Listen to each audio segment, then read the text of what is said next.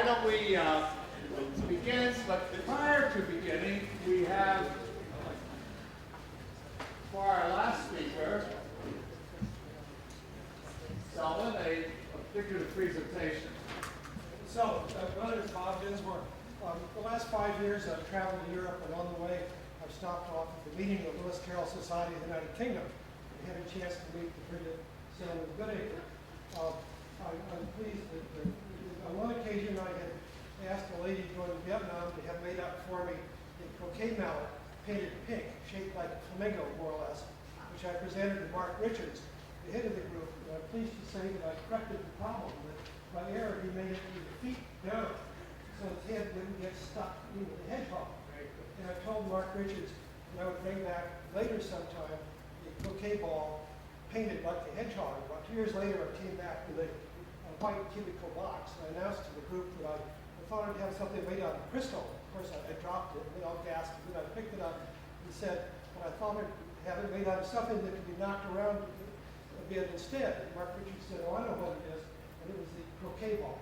But I actually passed around some pictures of the original oil done by Tamara Magdalena, a Sacramento, a Russian-trained artist, of Alice seated in a large chair reading Alice in Wonderland, with the Dakin Toy Company white doll looking at her from a distance, and some dolls from one of the doll series on the ledge of the fireplace looking down at Alice with little stars going up, showing they came out of the rock. But she had also painted a larger item for me, and I had a smaller copy made up to give to a friend, but the gift didn't occur. So I'm pleased to offer this to Selwyn as a friendship gesture between the North American group and the group in the United Kingdom. This is based on the white rabbit, about that tall, made by the Dakin Toy Company as part of a series of 5 or 6 Dakin dolls made in China, all based on Alice in Wonderland. I'm trying to get pictures of the others so I can get more of these made up. If you know of any, please take a snapshot and send it to me. So,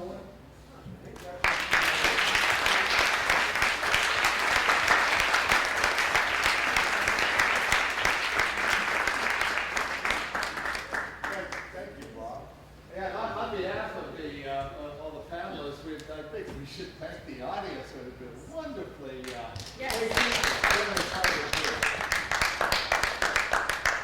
generous heart to a point. There are a few questions like, what the hell you guys think you're doing?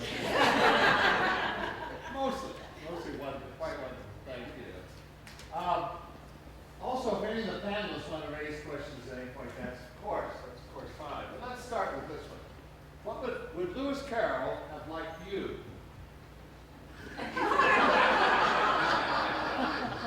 Well, I can answer that.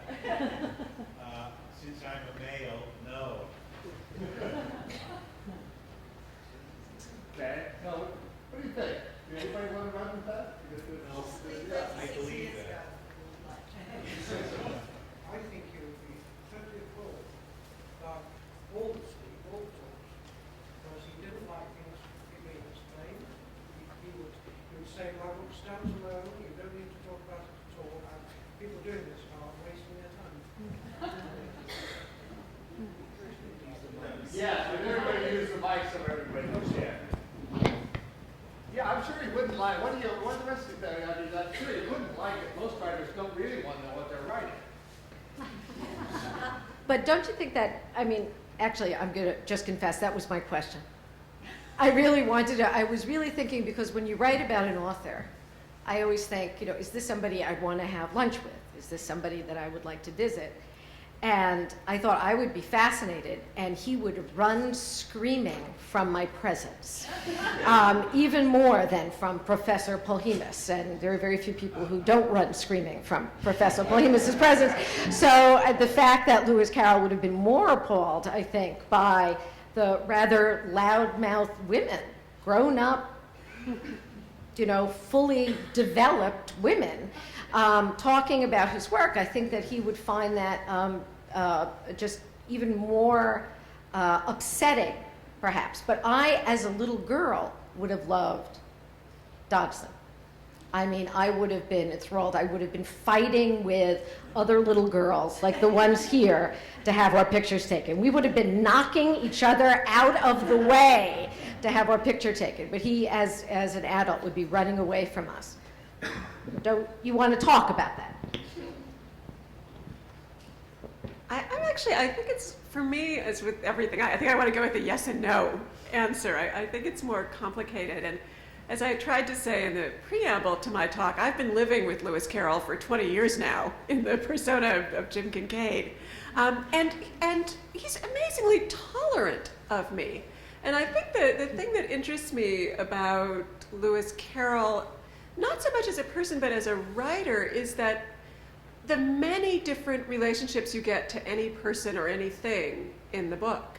And I think that's what I was trying to talk about with the problem of the narrator, who sometimes is entirely on Alice's side and sometimes is slightly making fun of her and sometimes is kind of mean to her. And I think I was a very prim and careful child, a very fearful child with moments of sheer idiotic bravado. And I think that there's something in Lewis Carroll that would have been drawn to that. I mean, there is something in him that just admires fearlessness. And I think when it comes to us as editors, I have to agree with Selwyn entirely, and I must say, I kind of share that Carrollian response. I think one of the reasons why I like Underground and Wonderland more than Looking Glass is you can read them without annotations. I mean, I think there is a way that when I just feel like reading the book without looking at the footnotes, you can get through it and you can still enjoy it. And I think there's a kind of just sheer pleasure in play and imagination and making stuff up. So to the extent that as scholars we are creative and joyful, I think he would have been intrigued and he might have wanted to play with us. I think there are other moments at which he would just have said, oh, go outside. You're sitting inside and there are gardens and who knows what's out there. So I feel that there are different parts of me and there are different parts of Lewis Carroll, at least in his books. And I wouldn't want to give a yes or no answer, although that may be just that I don't want to think that he would have run screaming from the room because, like Alice, I do like to be liked. Anyone else? Okay, here's another. What is it about academic studies in the early 21st century that caused 5 of our 8 speakers to quote the Mabel passage? What does it say? Yeah, repeat it. You know, who wants to tackle that? I think it's a moment that shocks us and that we feel we can't leave it alone. And it's that moment where the ugly spectre of class is writ large before us. And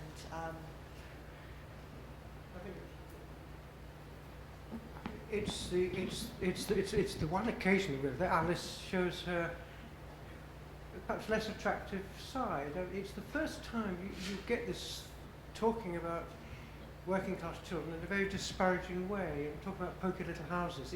It does strike quite a jarring note, and it is fascinating to me. As I said, Alice is so sort of upset about the whole idea that she assumes that all the horrible things that children could possibly have, like no toys to play with, and also a lot more lessons. Why? Is it because she just thinks it's a wretched existence, and having a lot more lessons is part of a wretched existence? I don't think we can be so confident that Mabel is a working class child. I think she is a lower middle class child. I think we have to think, how does Alice know her? And I think she's on the borderline of class rather than working class, and I think that makes it a much even more anxious construct. The thing that's so great about Alice in Wonderland and Carroll is that you can project your own deepest interest and understanding of life. I'm not one of the 5 speakers that quoted it, but I wish I had, because it's one of the most important for me parts of the book, and I see it as something even more important than class. I see it as she's looking at, well, if if I had to be Mabel, I wouldn't go back up into the world. Well, if I had to be poor, I wouldn't go up in the world. Well, if I had to be a third world exploited person without any hope for life at all, hey, I wouldn't want to do that. What it does is to show the arbitrariness that we're not in control. If I had to go, if I had a bad heart and I was going to die before I hit 40, I wouldn't go up. So I think it's a very powerful passage, and more than just. She mentions New Zealand, like that's as far down as you get, far south, right?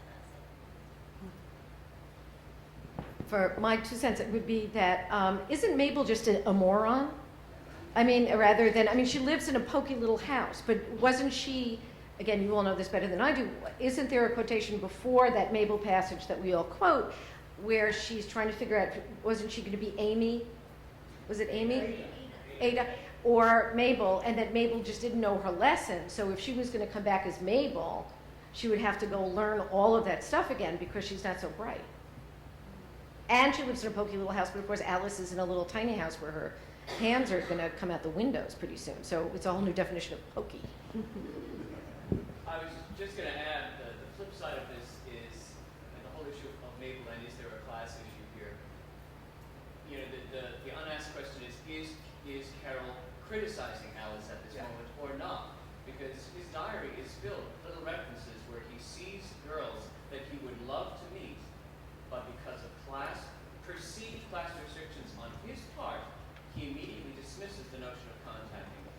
And I remember specifically there's one little girl on the beach at Eastbourne that he's dying to meet, but she's surrounded by her cousins and her friends, and his phrase that they were simply too plebeian.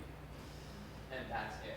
That's a nice way to put it. I was going to say, why, you know, that awful word pokey little.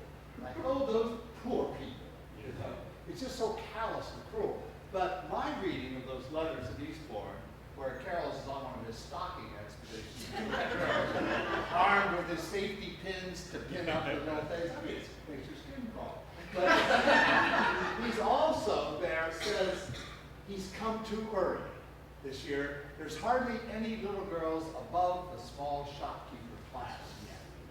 Now, one reason to, you know, and I wish I could meet them, but the other is this kind of shudder of revulsion that this horrible person, Lewis Carroll, is feeling at the spectacle of being surrounded by these unspeakable, pokey little poor people. So, I mean, I think that one of the questions we might put is why we are all so protected we cite that passage, but we don't want to go into the kind of, say, snobbish appeals of that book. So it's not a question whether Alice is a snob or Lewis Carroll, but whether we are. And whether part of the appeals of that book is precisely because it excludes so much of the world. What do you think of that? Well, going back to sort of Dodson's observations of children, I find him to be very judgmental. I mean, yes, he clearly had his, divided children by class, but in the ways that he looked at some of the young boys that he met and he would sort of judge them for their appropriate behavior. You also find that when he looks at little girls. Sometimes there were certain girls who might be of an appropriate class, but he would find their behavior to be too vulgar, and he wouldn't want to associate with them. And I also remember that he did find, I think he met an American girl at some point, going back to the idea, would Carroll have liked us? And I think he actually is quite judgmental on the manners of Americans, too. Yes. Well, with all deference to several panel members, I think the British are like that. I think they are much more class conscious than Americans are. And you see these British shows that we are projecting, like upstairs, downstairs, and there's lots of them. At least the American perception is that there's much more class consciousness, and that you can tell a person's class the minute they open their mouth by their accent. Where they're from. Yeah, well, okay. Well, of course, class in America is a fascinating, huge topic, and I understand that 96% of Americans define themselves as middle class. That's one big middle. I think it is, for me, I'm one of the people who did not quote the passage, and I must confess to not being quite as troubled by it as other people are, for kind of realistic reasons, in the same way that I'm never quite as judgmental of Pip for being ashamed of the forge after he meets Miss Havisham, or even of Jane Eyre when they say, do you want to go live with your cousins? And Jane, the older Jane, says, well, I knew nothing of poor people at the time, but I didn't think I wanted to be poor. And I think children are anxious and snobbish, and they know limited things about the world, and they put words on them. And if she has heard this language, pokey little, from adults, and she's, as she often is, parroting things she doesn't quite understand, and she is at this moment of incredible anxiety at the moment, which is, I'm losing things I know, and I'm in this space of darkness, and God knows where I'll come out. And then the book actually does kind of punish her. She does actually have to live in a pokey little house. And like everything, as I was saying yesterday, like everything in Alice, it starts as a phrase, and then it becomes a physical state of being that you have to experience. But I do think there's something about these representations of literal-minded children trying to make sense of the world that I find myself strangely not as judgmental of, but just having this moment of saying, but that is the way people think, and really, and I feel it's more about Pip than I do about Alice, really, does anyone walk around saying, oh, I hope I grow up to be a poor child in a little house? And to the extent that literature is about one's fantasy life, of course, it's never going to be that fantasy unless it's a very strange kind of beggar maid turned into art kind of fantasy of poverty. So I don't know. Yeah, it's not pretty, but it doesn't, for me, it's not a giant mountain getting between me and seeing the rest of the book. Sorry, Jim. I'm just insensitive. Question to that. If we split this up into two pieces, I want to see if people still have a problem with it. I mean, we get into this situation because apparently Mabel's not very bright. So she doesn't want to be Mabel. You still have a problem without the rest of it, that she doesn't want to be somebody who's not very bright. If she hadn't said the stuff about the house and the buildings, if she just said, I don't do this stupid like Mabel. No, I think that. In this world of political correctness, that's probably not even allowed to be said, but of course it's true. Well, I think that Alice she wants to be Jesus among the elders, right? I mean, she wants everybody to think of her as smart, not that any of us would fall into that category. And that, that there's a certain, there's, with her rehearsal of the words and what she knows, and even when she doesn't know what she thinks she knows, and we know better, we are, that's a kind of, if she can't be sexually precocious, she's going to be intellectually precocious. And it's going to be cute because it's not right, but it's going to be cute to us because we know better. And that would seem to me to be one of the differences between an adult reading Wonderland and a kid reading Wonderland, that there's a big gap. We know the parts that are funny. We know what she's not getting right, where kids are, going to be thinking that it is the antipathies, right? That's usually not your big joke on the playground. Okay, let's move to another topic here. What do you think, this is a nice gentleman, what do you think are some of the major unanswered questions about Charles Dodgson and his work? Areas haven't been explored or questions that haven't been answered. Yeah, I was thinking, and this is actually, I was thinking about this during Selwyn's paper and during Carroll's paper as well. I was thinking, I have no interest in Charles Dodgson. Poor guy, I don't want to read his letters. I don't want to know more about him. I just want to read the book over and over again and have thoughts. But in fact, I've gotten very interested, and I know some people in this room have talked to me about this as well, in his interest in technology and invention.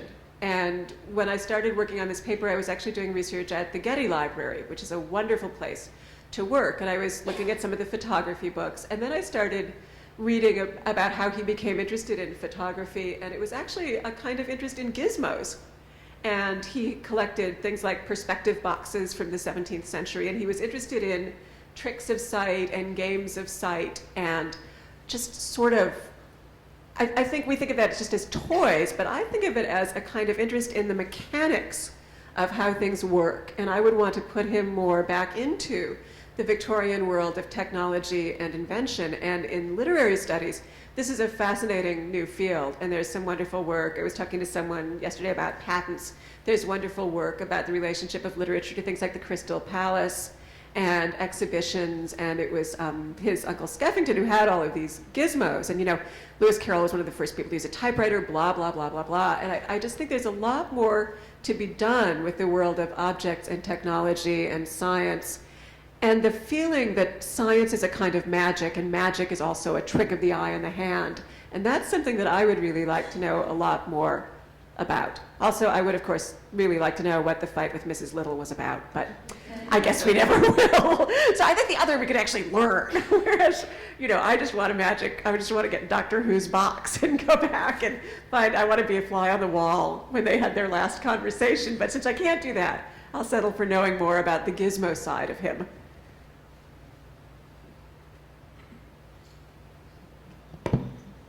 The thing that I still, the great mystery of Lewis Carroll's life to me is how he could have, easy, pick it up, how he could produce 3 utterly brilliant masterpieces of the Alice books and the Snark, and then descend to the depths of Sylvie and Bruno. I do find that quite extraordinary. I mean, the plotting of Sylvie and Bruno is hopeless, the development of the characters is hopeless, the love story of the adults is hopeless, Sylvie is ghastly.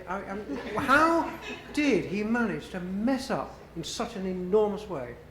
You know, it's the same man, and at the same time he was writing this book, he was still writing great letters to children, and some that you can read his letters in the 1890s, and they're marvellous. At the same time, he's writing this total disaster.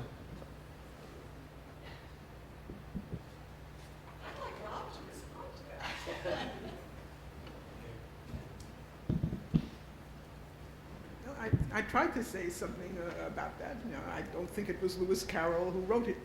I think Dodson had various kinds of unfinished needs, and you know, and among them was a need to requite, to redress the injury he had done his society by writing Alice. You know, I think he understood, maybe not at the time he was writing it. You know, that's an interesting thing. When did Charles Dodson realized that he was writing inflammatory material, really dangerous stuff, possibly not until after it was published, and then, you know, being at heart not that kind of guy, you know, spent a quarter of a century ruminating on, boy, I'd better fix this. And, you know, that's the way I see it. I don't know. It was a bonfire of the vanities where he was dispensing with all of this evil art and ingenuity and so forth. Yes, I was trying to say yesterday, Aaron, who was in the Bible at his most interesting when he was using his rod and when he made the golden calf, which is really very beautiful, then later joined the Orthodox priest in slaughtering the idolaters. So there was as he grew older, he wanted to be true to what he thought was the most important thing in life as he grew older, Orthodox religion, his vocation, what he had chosen to do. But I also want to say something about Sylvie and Bruno. To dismiss it is just as nothing as a complete disaster is absolutely wrong. For one thing, it had terrific influence on on Joyce, James Joyce, who went to school with it, who was fascinated by its modernism, by its play with time, its understanding that there is say I'm sitting here, but at the same time I might start fantasizing or thinking about things that happened when I was a child. I might project myself further. Identity is fluid, and interesting things happen in Sylvie and Bruno there. The narrator is, of course, not a heroine, but a 70-year-old guy, and Sylvie can suddenly become a woman. There's no transitions between the parts of the book. Much of it is both modernism and postmodernism. And while there are, the insulin-needing passages and the piety, there are also fascinating passages in it. And to answer the question, what would you like to know more about Charles Dodgson? You can find it in Sylvie and Bruno. You can find a figure who is not just the great maker of Allison through the Looking Glass. By the way, I mean, I agree with, they are masterpieces, and Sylvie and Bruno is not a masterpiece, but it is not just to be discounted, not read. I think that, lots of people can get interesting information about Carroll, about his world, and about the 20th century, too. And about the beginning of the 21st century, where religion has become so different and so important. I was just going to say, I don't disagree about, I think the arguments, a lot of his thoughts, his thinking in Sylvie Bruno is very interesting. All I'm saying is, how could a man who constructed two masterpieces of structure fail so dismally with the structure of the books? I'm not talking about content, it's just the way they're put together, the way the story doesn't develop properly, there are dead ends, there's a party that goes on for an entire book for no apparent reason. All these extraordinary things. All right, it's worth reading because you get a good idea what Lewis Carroll thought about a lot of things. But as a book, I want to know why it was so badly put together. That's all. Moving to another branch of the same question, and picking up on Rob's dismal observation that religion is important. This is a question that takes off of one reading of what Rob was talking about, and that is the subversive tendencies, of subversive way of reading the Alice books, as opposed to kind of complacency that one might read in Sylvie and Bruno. But assuming the nihilistic, atheistic assumptions or implications, subversive, deeply subversive implications of the Alice books, such as are developed in Ratkin's essay, Alice's Journey to the End of the Night, in an oppressive and regressive society, that is his and ours, direct attack and criticism usually fails, while creative minds circumvent major obstacles by way of children's books, cartoons, and comics, fantasy, and various forms of art and music. Given that assumption, what are the heirs to this tradition today, and what media are most effective in doing this subversive, powerfully subversive work? Comedy Channel.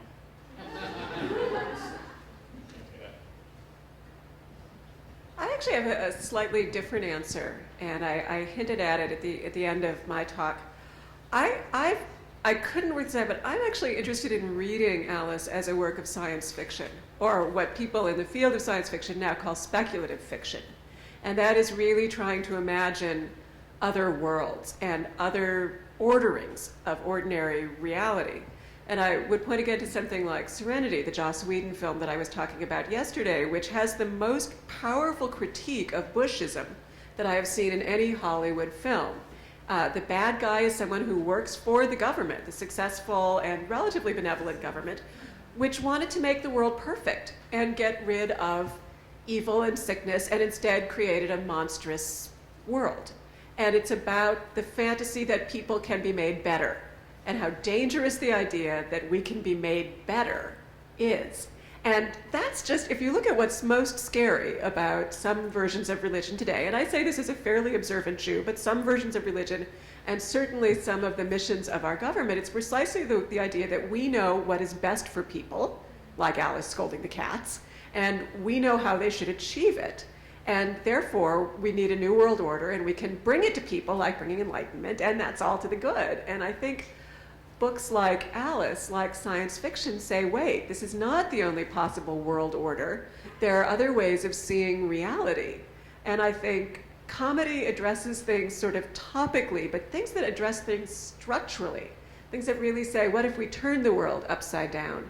To me, that's where that impulse has gone. And there are some amazingly smart people. Neil Stephenson is one, people working in cyberpunk, who are really questioning the way we organize the world. And I think if we say, you know, what would Lewis Carroll have liked? I actually think he would have liked a lot of that in some ways.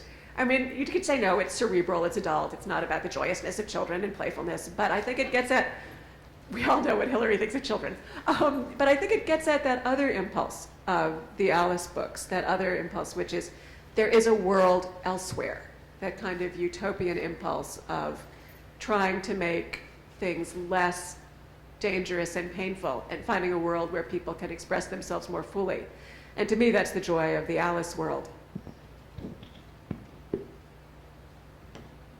I think that the science, the speculative fiction, the comedy channel, and that, you know, the general kind of making trouble that both of those give us, I think is part of it.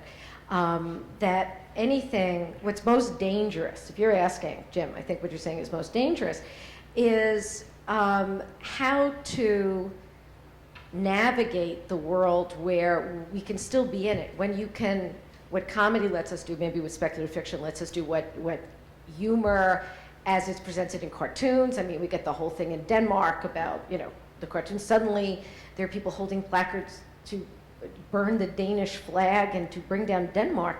That, it sounds like something out of Lewis Carroll or Monty Python, right? Wasn't there something where they said it was the Belgians, that they came up with the Belgians as the most hated people?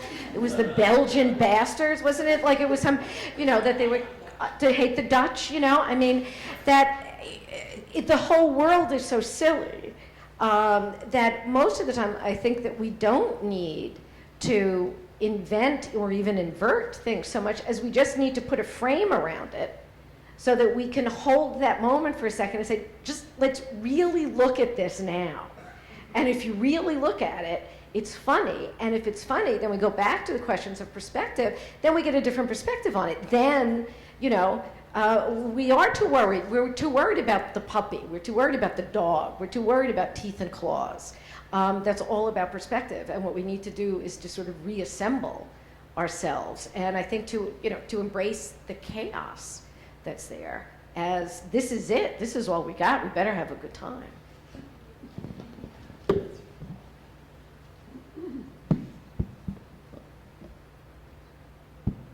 You're all addressing the subversion as public or group subversion.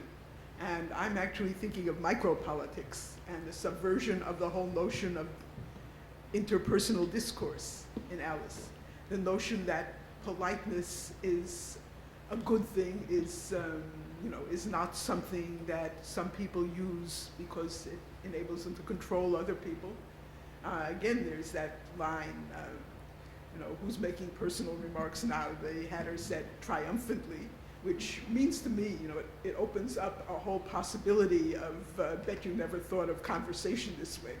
That an awful lot of times, and you don't have to be mad as a Hatter to behave this way, we do use conversation not to be civil, not to be companionable, but to score points.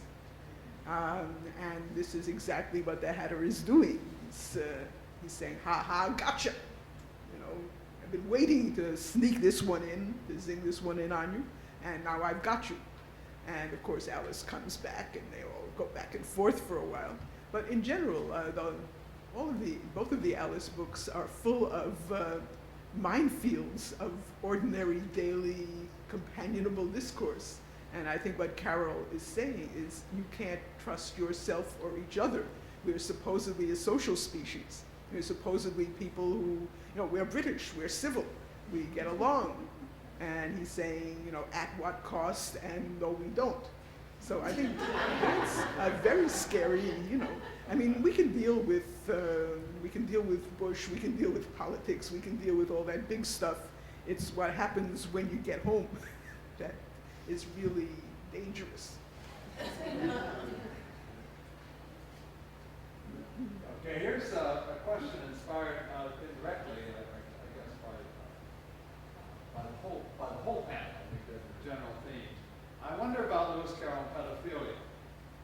Professor Pohemus protectively says that Lewis Carroll, he believes, did not have what we would call sexual relations with Alice or any of his child friends. Morton Cohen says something of the same. But why? Why would we suppose that, and why would we hasten to say it? And even if Carroll is innocent, our readers. Anybody want to go after that? Already told us we're not innocent. Anybody want to, I mean, people who are not in the Lewis Carroll Society or academics, this, one of the first things comes to mind, right? When the word Lewis Carroll is said, he gets grouped with Michael Jackson and Catholic priests and choir directors and Hubbard, right. How do we deal with that and what's going on? I don't know how we do. I have actually met two of Lewis Carroll's child friends in their old age, Margaret Mayhew and Evelyn Hatch, Ethel Hatch, yes.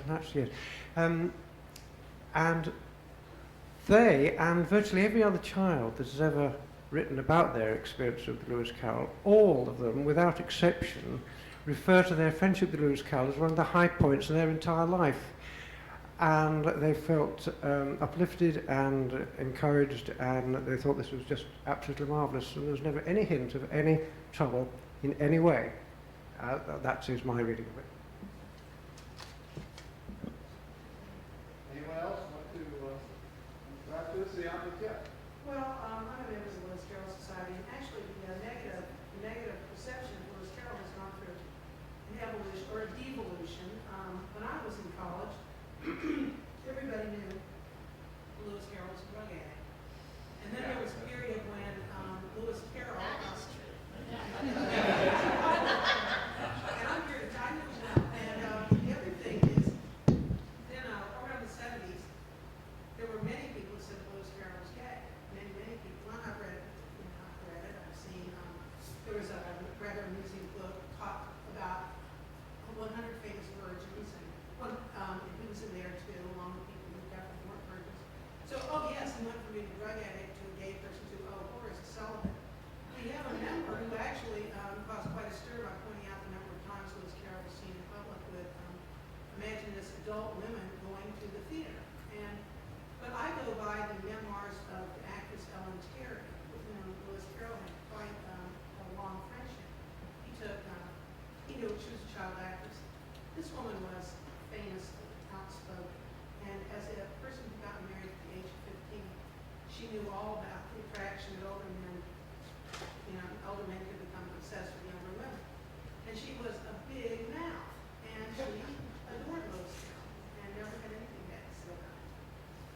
Could I An anecdote I was going to say, what about Macaulay Culkin said that Michael Jackson was a dear friend? And what weight did that carry? I mean, most of the population is absolutely certain that without any evidence, that Michael Jackson was doing improper things with kids. So a few girls said, yeah, he was terrific. So what? It only takes one, right? I mean, we don't believe it in one case. Or we're certain, we have a great knowingness about some public figures and their emotional involvement with children. What protects Carroll? Jump in. Well, no, I wasn't really going to. I was going to respond to something just anecdotally. When we were driving in here today, things stay. People love scandal, and they love nasty scandal. And you have to come through the gate, and the gateman said, we said, well, we're going to the Carroll conference. And he said, we're a reader. And he looked and he said, can you tell me, when he was writing those books, how much opium did he use? And Gina said, no. About the reason why I think Carroll was accused of this sort of thing, and I think if anything, and lots of scholarship and lots of scholars, I think, tried to look into this, and they could never find any kind of evidence whatsoever. I mean, your anecdote is, I'm sure it's true, but if anyone had come up with something, I mean, it probably would have stuck, but just nobody has. We're so narrow about what our different notions of sexuality. I think it just doesn't fit. So that's Well, I think there's a fantasy, and I think this is saying what Carol's saying in a slightly different way. There's a fantasy that there's a smoking gun, that if you knew absolutely one fact, you would know something important. That is, that either people will say the absolute absence of positive evidence is evidence, or somewhere there's evidence and we'll never have it, and I think the culture tells a very wistful story at this moment about Lewis Carroll, or more accurately, Mr. Dodgson, and children. And I'm thinking about Dream Child. I'm thinking about the Louis Malle film Pretty Baby, about the photographer in New Orleans, which is one of my favorite films. And I will say, and this may be the demonic influence of Jim Kincaid, but I don't think so, because I loved both of these films before I ever met Jim Kincaid. There is always for me a creepy moment in those films when I come face to face with my own erotic attachment of these beautiful children, whether it be Brooke Shields, who I gotta say in Pretty Baby is just terrifyingly beautiful, and the amazing child actress who plays Alice Little in Dream Child. And there is some moment where you are totally identified with the author, artist, photographer, and you want in some way to possess that beauty. And frankly, I'm going to be vulgar, you don't know what you want to do with this beautiful child. You want to eat her, you want to be her, you want to have sex with her, you want her to stay the way she is forever, and you want to destroy her. And I feel that the complexity of our response to these children is the complexity of our response to beauty, of something that is ever so slightly beyond us, and we don't know what to do with it.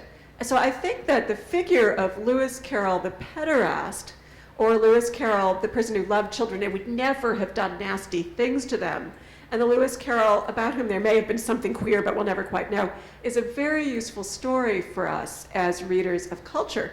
But I also want to point out, just my own interest in fictions, Lewis Carroll doesn't exist. He never did. And this fantasy that by learning something about a material person, Charles Dodgson, about whom we can know many things, that out of that we'll know something about the authorial figure, Lewis Carroll, and hence about these books.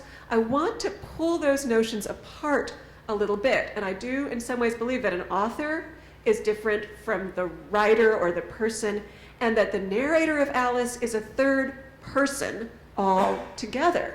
And what I find just unfortunate is the way we assume that they're all the same.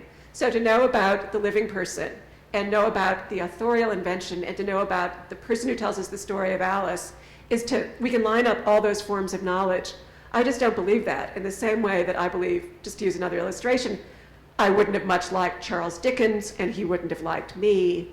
I'm fascinated by Boz, the writer, and the imagination of the Dickens narrator is a third thing altogether. That I can embrace unambivalently, and thank God I don't have finally to worry about the author. I can have a relationship with the books, and I think I'm made nervous by our saying those all have to be the same. So in a funny way, I feel like he could be here having unpleasant sex with a child in front of me, and I would kind of, I don't know, I wouldn't watch, but I just wouldn't because I am a Victorian. Turn it off. I might know something about Charles Dodgson, but finally there'd be some part of the books I would want to preserve from biographical knowledge and the assumption that we are whom we fuck, and that that's the most important thing to know about us. I kind of don't believe that. To bring up another analogy, and not use the F word, because fuck that, I say. But is Margaret Atwood in her book about being a writer called Negotiating with the Dead.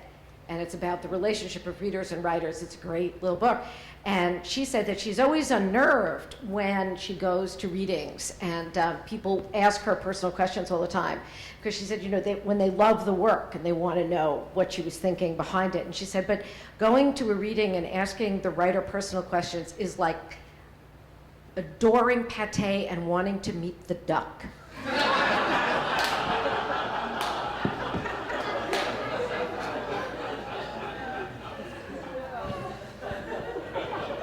Well, to follow that, but I mean, on the other hand, of course, Dodson was a photographer too, and so we might be able to make that distinction between his writings, but when you start to think about him photographing, there's a very real relationship that he's having with his subject.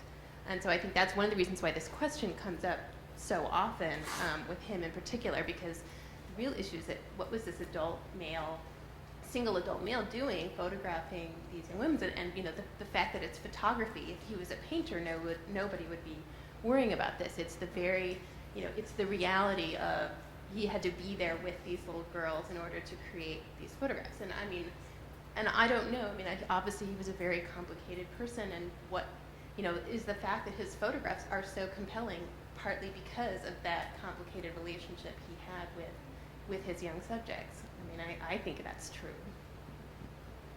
And Carroll may want to say more about that. To that, and well, of course, we think we can see the truth in the photograph, so we think we can find it there. And I mean, another contemporary example would be, probably many of you know, the photographs of Sally Mann, and the photographs she's taken of children. And like the early reviews of her work were all about how you could tell what kind of mother she was by the photographs. They weren't even about it. So there's something that we think we can get at the person because of the photographs. Do you think that's true? I don't think we can get to the person in anything, but I mean, I do think that photographs are attached to the real in a way that's different.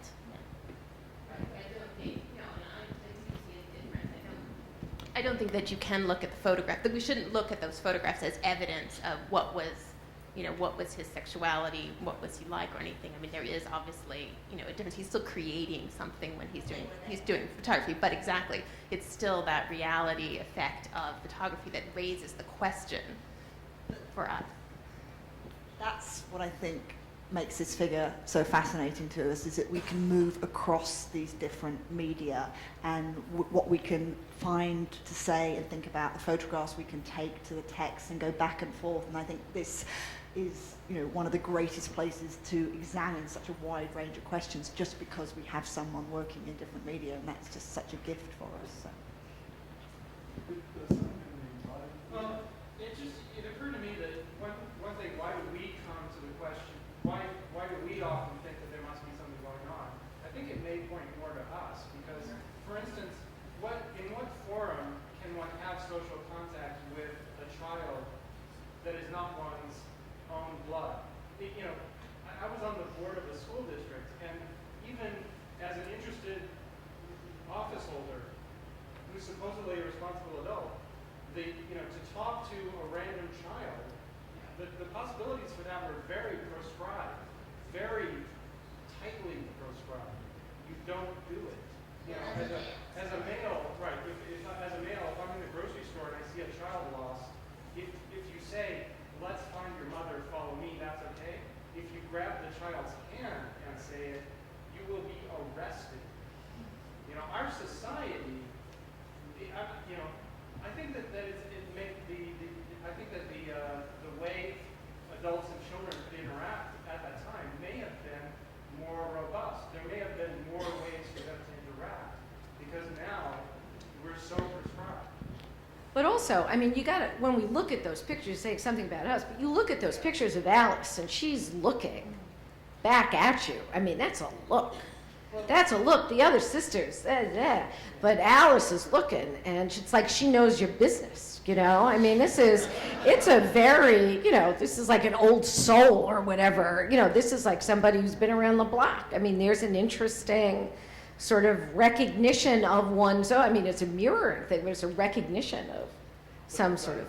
I think myself, we don't want to lose what you're saying. I agree, but that this says a lot more about us than it does about any material fact, and about our culture generally, the racing kind of hysteria. And I think there's something to it.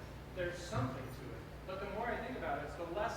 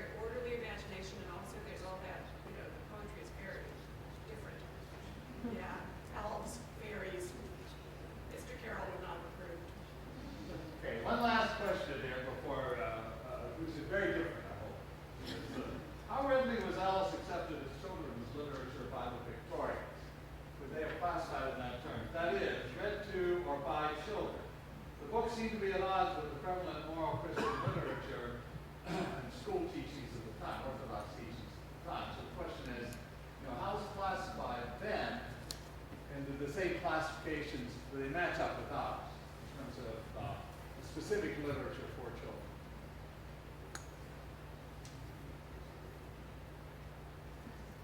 Well, that managed to stop. You know, I really did get the ball rolling. Selwyn, help me. Well, my immediate thoughts are, it went through an awful lot of reprints, actually, because a lot of us around here spend our life collecting the wretched things. And it was a huge bestseller. And it had illustrations by the leading political cartoonist of the age, who went on to be knighted because he was so brilliantly famous.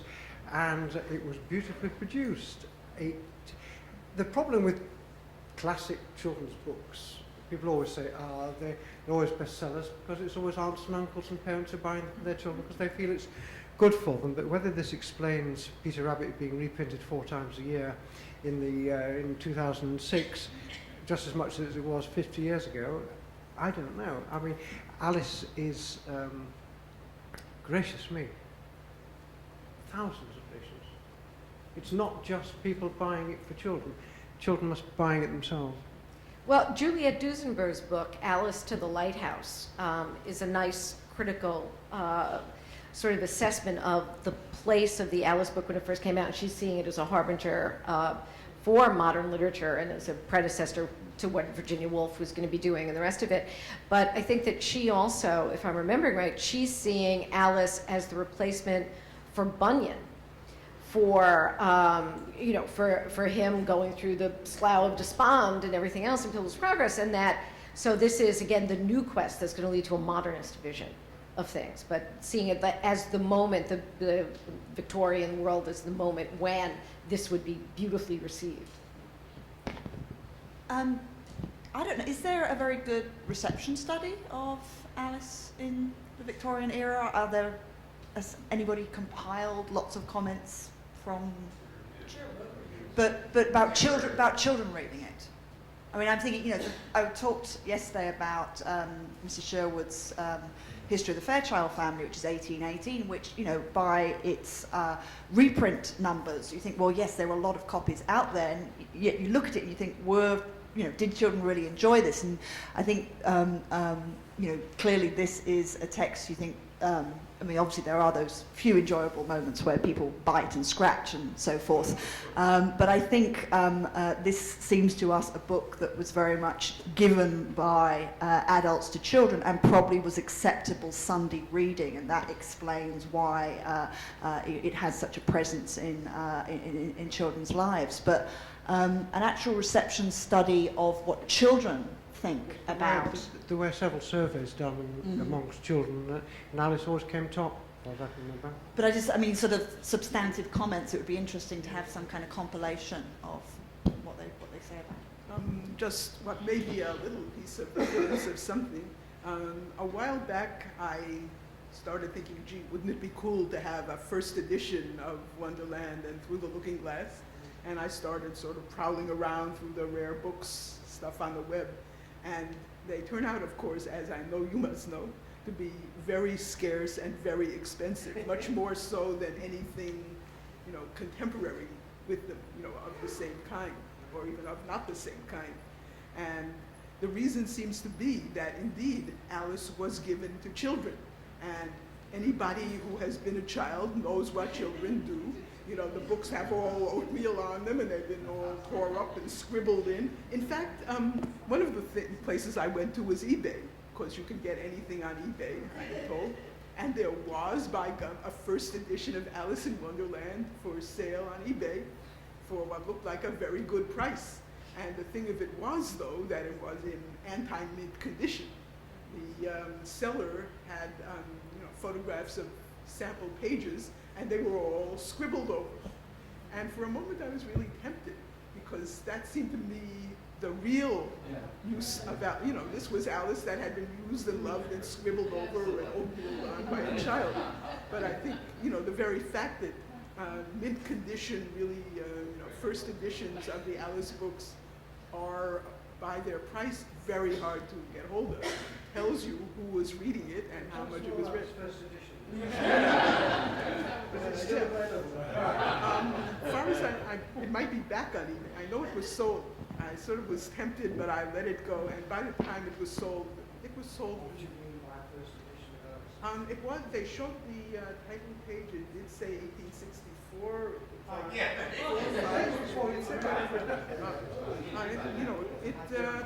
no, it looked right, but okay, maybe not. But except that it was right because it had all the scribbles on it. They sort of authenticated the thing.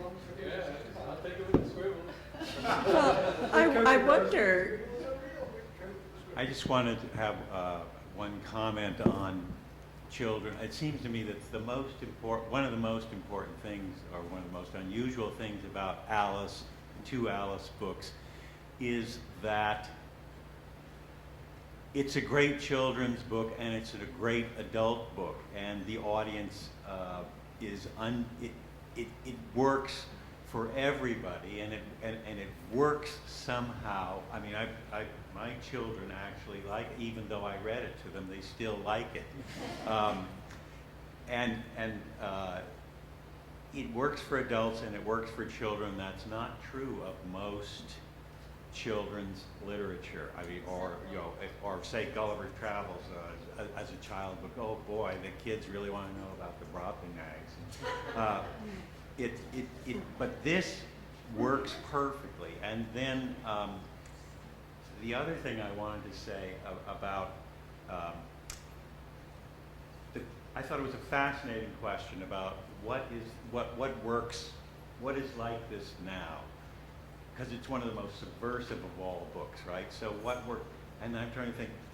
Really, that's the question. He managed to do this thing where I'm writing a book for children. This is a good little girl. We're going to have a dream. It's very safe. We're going to go through here, and then you get what several of you have said, and I certainly agree. One of the most subversive books of all time, and then you come back out of it somehow, and it works. So what would be the way to do? I don't think that it's been done. I mean, I don't think that artists have quite. It is one of the great masterpieces of all time. But it's children's. It is children's literature, and it is not children's literature too. Perhaps this is a great point to stop and thank our speakers.